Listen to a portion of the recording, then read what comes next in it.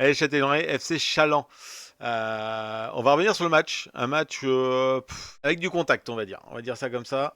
Ensuite, on va venir sur les matchs qui ont lieu en N2. On n'a pas d'image. Après, j'ai fait une petite étude sur les terrains, les dimensions des terrains. Alors, j'ai fait un peu le tour des terrains en Vendée là. Donc, on verra sur les matchs du week-end. Alors là, c'est un gros bordel. On verra ça aussi. Pour le moment, il n'y a pas de certitude sur grand chose. Je suis peut-être un peu grand là. On va se réduire. Un match pas. Je m'attendais à mieux. Voilà, on va dire simplement. Les actions les plus probantes ont été quand même pour la Châtaigneraie. Hein. Jouer beaucoup côté gauche sur. Bah là, on l'a d'ailleurs. Je vais faire une petite pause sur Suarez. Alors, en gros, la Châtaigneraie, les 12-13 premières minutes, ils ont été assez percutants. Et là, à partir de la 12-13e minute, c'est le FC Chaland qui a pris un peu le dessus pendant une bonne dizaine de minutes. Et après, ça s'est un peu équilibré en fin de première mi-temps. La première faute, je crois qu'elle intervient à la 16e minute. On va peut-être la voir là d'ailleurs.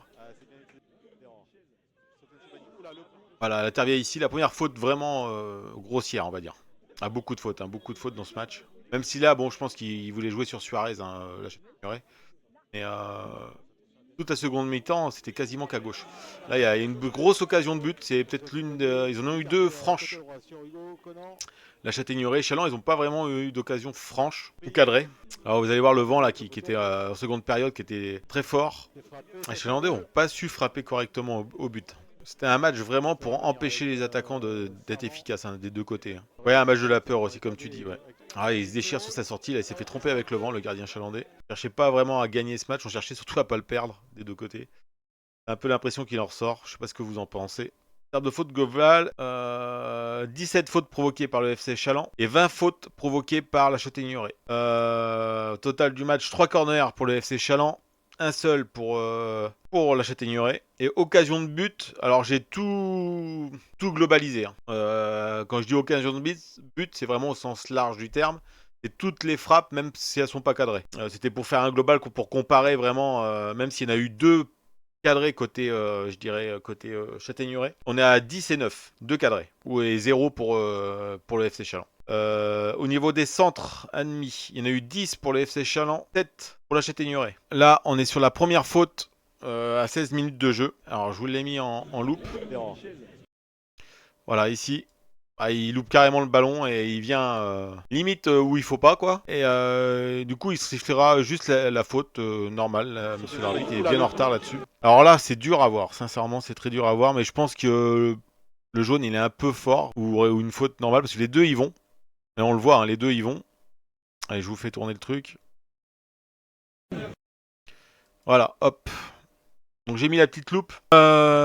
On a du mal à distinguer, hein, mais il y a le pied d'Herman derrière le bras c'est Enzo. Ouais, c'était limite, mais si tu reviens sur l'action, et son pied est au sol. Ils sont tous les deux en retard en fait. Ils sont tous les deux trop loin du ballon.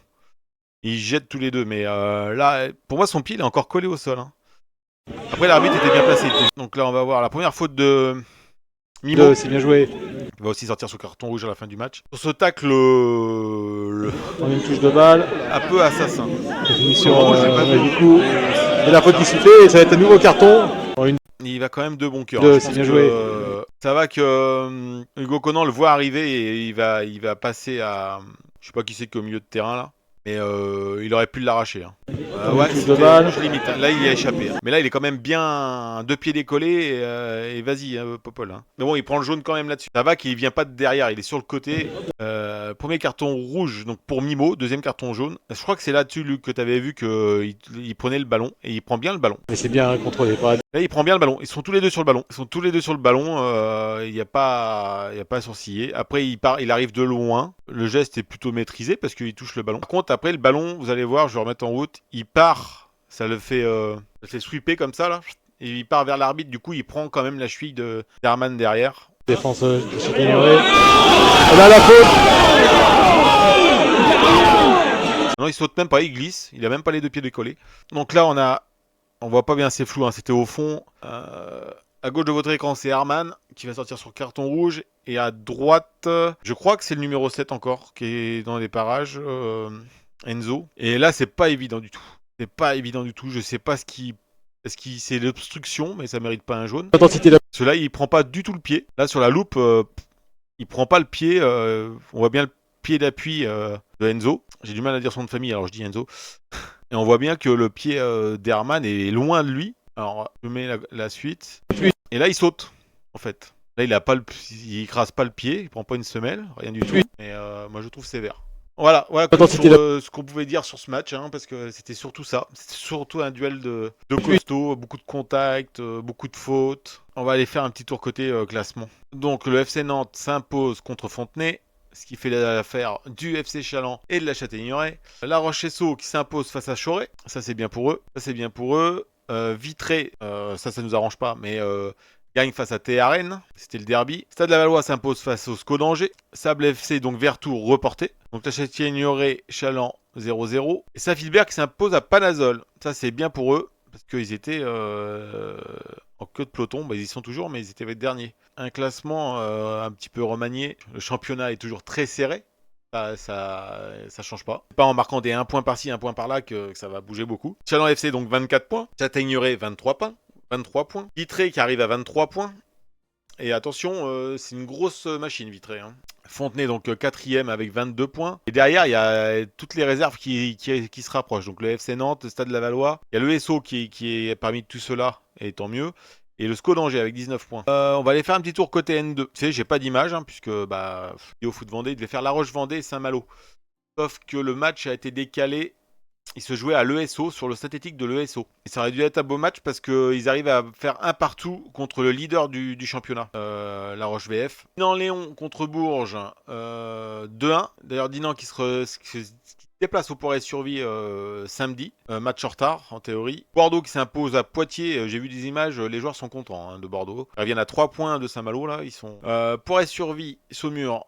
Match arrêté au bout de 25 minutes. Les Herbiers, Saint-Privé, un partout. Alors oui, ils ont réussi à continuer le match. Alors c'est vrai que c'est un peu plus dans les terres que le Poiré, mais c'est surprenant. Côté N2, Saint-Malo toujours premier, mais Bordeaux qui revient à 3 points. Les Herbiers 6ème, 22 points. Pareil, hein, c'est serré hein, entre Saint-Privé et Blois. Pareil, hein, c'est chaud, hein, ça reste serré aussi hein, chez eux. Hein. Bon, le dernier, le Poiré-Survie, est quand même loin, mais... La Roche VF, donc 14ème, et le Poiré 9ème. Oh, c'est le bordel hein, dans leur classement en fait. Oh, là le bordel quoi. Mais c'est impossible de savoir comment ça va se passer dans leur championnat là. Et on a toujours les deux autres clubs vendéens, La Roche-Vendée et le Poiré-Survie là qu'il faut qu'ils fassent quelque chose. Hein. Faut qu'ils reviennent. Ils débrouillent mais il faut qu'ils reviennent. Alors, ces fameuses dimensions de terrain. Alors, on va faire un petit tour par les règles. Alors les règles, c'est que c'est l'IFAB, International Football Association Board, qui décide des règles du football. C'est elle qui détermine et fait évoluer les règles du football partout dans le monde. Alors eux, les règles, c'est qu'un terrain doit être compris entre 90 et 120 mètres de long et une largeur entre 45 et 90 mètres. Donc les grandes instances comme la FIFA, l'UEFA ont décidé d'instaurer des terrains de 105 mètres de longueur par 68 mètres de large. Donc la norme, si on veut faire des compétitions européennes ou Coupe du Monde, c'est 105 par 68. Donc, en terrain, 100 mètres de long par 65 mètres de large. Donc on a bien la Châtaigneraie, qui est parmi, entre guillemets, les plus petits terrains. On a le l'ESO qui est un synthétique. On a Esnay qui est un naturel, mais qui va devenir synthétique en 2020, courant d'année, 2025. Les Marsouins Bretignolles, donc c'est pareil, c'est un naturel. Pied de Palot, c'est un Saint-Étienne-du-Bois, c'est un naturel en 100 par 65 mètres. Luc-sur-Boulogne, qu'on a parlé tout à l'heure avec qui c'est qui voulait jouer les Rives de Lyon. Donc là, il y a un petit peu les terrains un peu bâtards. Chaland qui fait 105 par 65, le terrain d'honneur là à Jean Léveillé. Saint-Gilles-Croix-de-Vie, alors j'ai pris celui-là Stade de la Forêt, donc à Saint-Hilaire plus. 105 par 65 aussi. Et la Génétouze, qui est un club qui jouait en R3 mais qui est descendu en D1 cette année ou l'année dernière. Pareil, qui ont un terrain de 105 par 65. Alors j'ai pris que les terrains d'honneur, les terrains principaux, hein, j'ai pas pris les annexes. Et donc après on retrouve tous les terrains qui font 105 par 68 mètres. Donc avec les Herbiers, par exemple, j'ai essayé de prendre des clubs qui jouent en national. Les Herbiers, le Poiret Survie, Fontenay, La Roche VF, Saint-Philibert, Montaigu et les Écureuils de Piedmont. Eux, ils ont des terrains aux dimensions, on va dire FIFA, quoi. Donc voilà pour ce petit tour. Là, ce que je vous ai prévu, c'est les fameux matchs de ce week-end. Alors, oui, pour le week-end prochain. Alors, je ne sais pas s'il va y avoir des arrêtés sur les terrains. Tout ce que je sais, c'est qu'il y en aura un des deux du Poiret que je vais faire. Donc, en fonction de ce que j'aurai entre ces deux matchs-là, soit le samedi, soit le dimanche, j'aurai du coup les 4 autres matchs que je pourrais m'y rendre probablement. Voilà, sur ce, je vous laisse là.